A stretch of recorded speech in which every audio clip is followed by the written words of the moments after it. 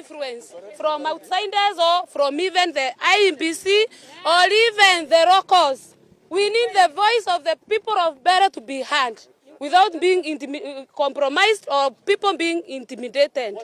The chaos in Mbeere today did not happen in whispers. It unfolded in full sight, in broad daylight, with a level of public fury that even seasoned politicians did not expect. What was meant to be a quiet stopover by two figures in President William Ruto's government turned into a dramatic retreat, the kind that sends a message louder than any campaign rally. Get out of here. Yeah. Mommy.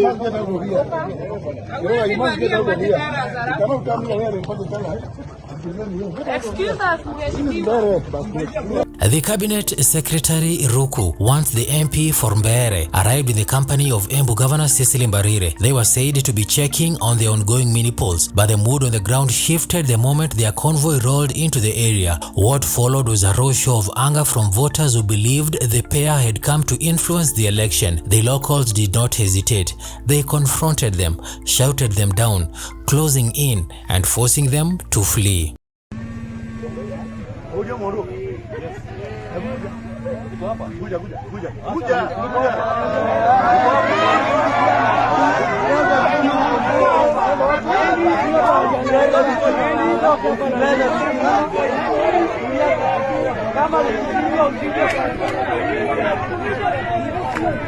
For a region that has seen its share of political tension, today's hostility stood out. It was decisive and unapologetic. The people guarding the votes of KARIS, the opposition candidate, had already taken firm control of the polling station. They believed the government had crossed a line and they refused to play along. To them, the presence of the CS and the governor was not a courtesy call. It was a threat.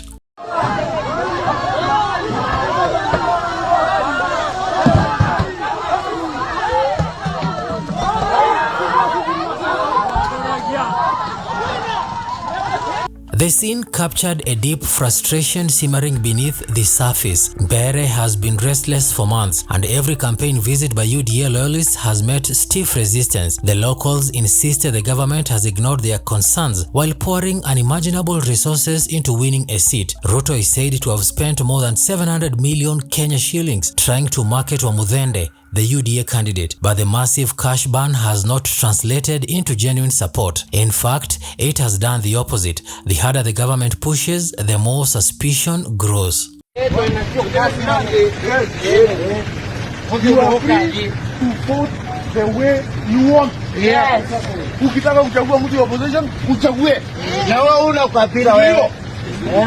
Hauna ukabila. Na kuna kujilinda vizuri. By the time RUKU and Mbarire attempted their visit, tension was already at a boiling point. Their arrival triggered an explosion. It was not just about politics, it was about dignity. People felt their votes were under siege, and they chose to defend them with their voice and their presence. They surrounded the visiting team, leaving no room for negotiation, no chance for explanation. RUKU, a man who once walked this soil as its MP, stood there stunned. He may have expected resistance, but not a full-blown rejection. In his mind, Mbeere was home turf, but today it treated him like an unwanted visitor. The governor was equally shaken. She had been confident that EMBU remained friendly territory. The residents reminded her that this by-election was not hers to control. The problem is we have people who are wearing party colors and they are bribing people so that they can divert the will of the people. People of Mbeere, there's the time to rescue your people. As their security rushed them back to their vehicles, the shouting crowd reclaimed the space. The message was simple. They were tired of political intrusion, tired of intimidation, tired of being treated as a pawn in a high-stakes national game. The locals guarding KARIS's votes vowed to keep watch until the last ballot was counted. They were determined to block anyone they believe had come to meddle with the results. The people trying to cause chaos are just sure of the outcome as we are. And the outcome is Leo WAMUTHENDE is definitely the winner of this election. They know it. That's why they have been moving around with goons. Like for us, we don't even have security, you can see. There is no The drama also exposed the growing cracks between the government and the regions that once looked safe. Mbeere is a small area, but today it moved like a giant. It embarrassed the state, dismantled the influence of two powerful leaders, and exposed the desperation in UDA's push to force a win. If Ruto's government thought it could walk in confidently, it misread the environment. The locals were not interested in handshakes. They were interested in protecting their choice. Ati anasema ati analeta watu hawaji kusoma. Yaani kama sasa kuja anakuambia wewe jifanye ukiingia hapo juu kusoma. Niambie huyu sasa akienda unajua kuna manyaka huko. Sasa huyo ni agent wa nani? Wanawake ako huko sasa anakuambia wewe ukiingia huko ndani unajifanya kusoma. Huyo bwanake anakuonyesha unachagua WAMUTHENDE. Na sisi si WAMUTHENDE. The embarrassment is bigger than the short sprint back to the convoys. It speaks to a political system losing its grip in a region once considered loyal. If over 700 million Kenya shillings could not soften the ground, then the strategy was flawed long before the convoys arrived. Money bought posters and rallies, but it did not buy trust. And in this election, trust is the only currency that matters.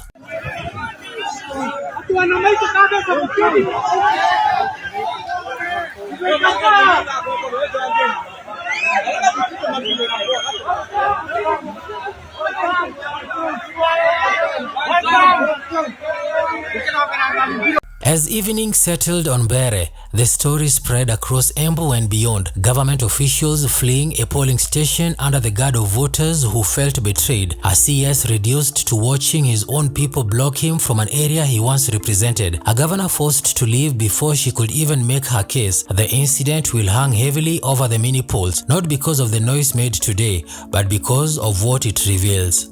It shows a government struggling to convince even small constituency that it still has moral authority. It shows the rise of communities ready to push back against political giants. It also shows that the old belief that money can tilt any election is starting to crumble.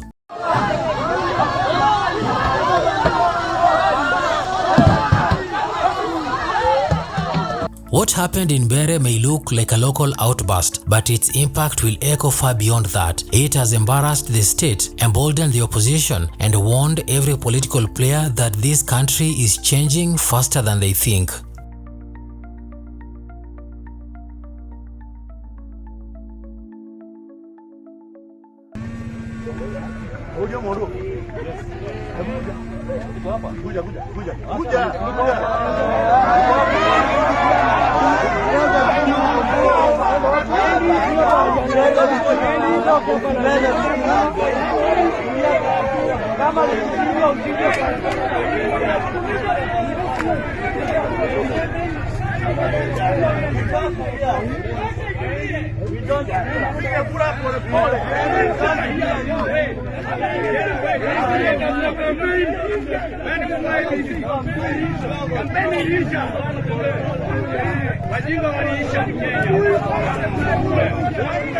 Can you go away?